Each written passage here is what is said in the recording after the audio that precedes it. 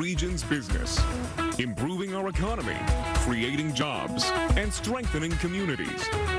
Innovation, collaboration, transformation, and the people making it happen. Join us as we take a closer look at our region's business. Now, here's your host, Bill Flanagan. Today on our region's business, the difference a little bit of strategic coaching has made to delivering better services to veterans. Plus, a local author publishes a book and shares the proceeds to help revitalize his childhood hometown. But first, investing in our energy future. That's the theme of the upcoming Energy Week at Carnegie Mellon University. Every year, the university brings together thought leaders from industry, government, academia, and the nonprofit sector to compare notes at the cutting edge of energy innovation. This year, CMU is also showing them the money with an Energy and Clean Tech Investor Forum. Anna Siefken is Associate Director for Innovation and Strategic Partnerships, and Jay Whitacre is Director of the Wilton Scott Institute for Energy Innovation at Carnegie Mellon. Welcome. Good to see you both. Welcome back, actually. Both been here before, now that I think about it. Yeah, so another big week coming up this year with Energy Week. Yeah, we have some tremendous programming coming together. We've been really excited at the enthusiasm that we've gotten from actually not just here in town, but also across the country. So we have people that have been very, very interested in being a part of the conversation when we really start talking about the future of investing in energy. Yeah, and you got them coming from all over for this. What are some of the headliners that people need to be paying attention to? What's got you two excited? Well, there's a lot of things that are happening. We've got this, as Anna says, this investor forum. We're bringing people from across the country, business folks who are coming in to focus on industrial, energy, nexus kinds of things. And there's many overlapping topics that are going to matter.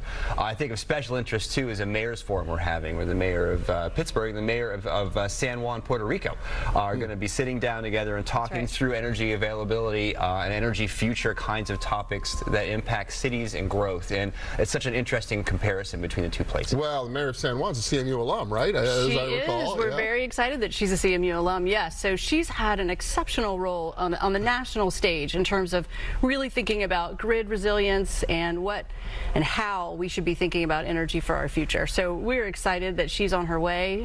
You know, everything is going well with those plans, and so we're looking forward to having her. Yeah, I mean, do they still have 100% electricity in Puerto Rico yet? No, not yet. Oh my gosh, I can't even imagine. They don't. But it really is a great illustration of how interdependent we all are on these energy systems. It's completely true. Yeah, and if you know what's interesting about the case study that Puerto Rico is that it is almost completely taken out one way or another.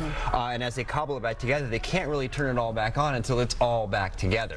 Well, and isn't that a lot of where the thinking is about the future of energy in the grid, is how do we make ourselves less vulnerable to that sort of a thing? Can we have a distributed as opposed to a centralized model? And they had a centralized distribution system in Puerto Rico, and they're pivoting a little bit, but it still just takes time to get it all put together. You can just blame George Westinghouse and Nikola Tesla for figuring that all out. Well, I'm not sure we're going to necessarily do that, but an interesting point, though, is that we have a number of panels that will be talking about these important topics, and one of them is specifically on microgrids, distributed energy, and the way that we should be thinking about this. So we have experts coming in from utilities, not only our local utility, but also utilities from other parts of the country, to sort of think about what questions we should be asking now and what kinds of research we should be doing to get to that in the future. Now tell me a little bit more about the Investors Forum, because that's kind of a new twist this year, right? It is. We actually have invited investors from around the country, including from some of the key innovation hubs that we've been working with on events and partnerships, as well as the startup community from 5 states.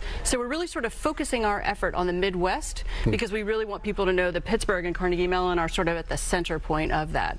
So we're going to bring them together in some closed-door sessions, but at the same time, we're going to have a fair so that people and companies and individuals who are attending can see those technologies and sort of touch and make sure they understand what those technologies are all about. So it's opportunities for everyone. So they can really get a scan of kind of what's everything that's out there, but then really dig into it with individual companies and try to figure out partnerships. partnerships.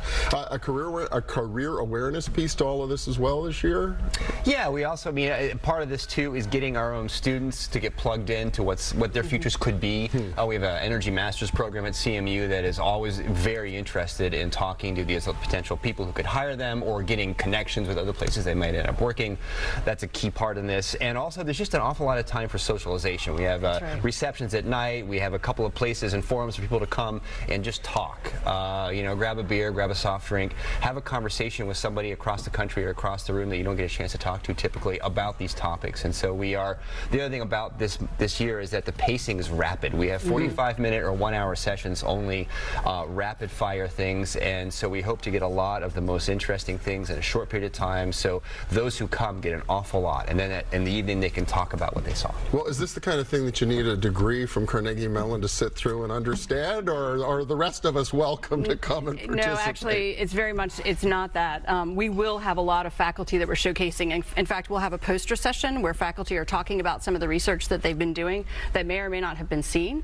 But we'll also have, within these panels, every single one has someone from industry or someone from government or an association, someone who's at a nonprofit that might be working in that space, as well as a faculty member or sometimes a CMU alum, because we have so many alums that are out there doing incredible work. We're bringing them back to campus to make sure they're included. Joe, you took over as director of the Institute not long ago. What's got you really excited about where the Scott Institute is headed right now? I'm really excited about this pivot that we have. We're going from, we're stretching out. About the same time, actually, Anna came on board when I did. And we're trying to push more into the fields of industry, workforce development. How do we get the most interesting things going on at CMU energy-wise to jump out into impact industry, to have a real thing that's going to make a difference for not just other academic researchers, but for people who are trying to make a difference in the real world. The mayors of Puerto Rico, or I'm sorry, of San Juan, the people who are trying to design the next generation cities, people who are doing autonomous vehicles, and what does it mean for decision making as far as infrastructure in urban areas. It's not just academic research. We're trying to get our folks who are doing those things to sit at the same table as people who are doing industry development. Really exciting stuff. If somebody wants to participate, how do they find out more? So we have a website that's very robust. It has registration, and actually all the events are free. So you go onto the website. It is cmuenergyweek.org, and very simply you register, and we are looking forward to having as many people in the community as well as beyond come and attend. Very good. cmuenergyweek.org. Anna Siefken, Jay Whitacre, congratulations. Good luck with this year's event. Thank you very much. Thank you very much, Phil. Yeah, absolutely. Next up, tuning up a nonprofit that's delivering results for our region's veterans. Stay with us.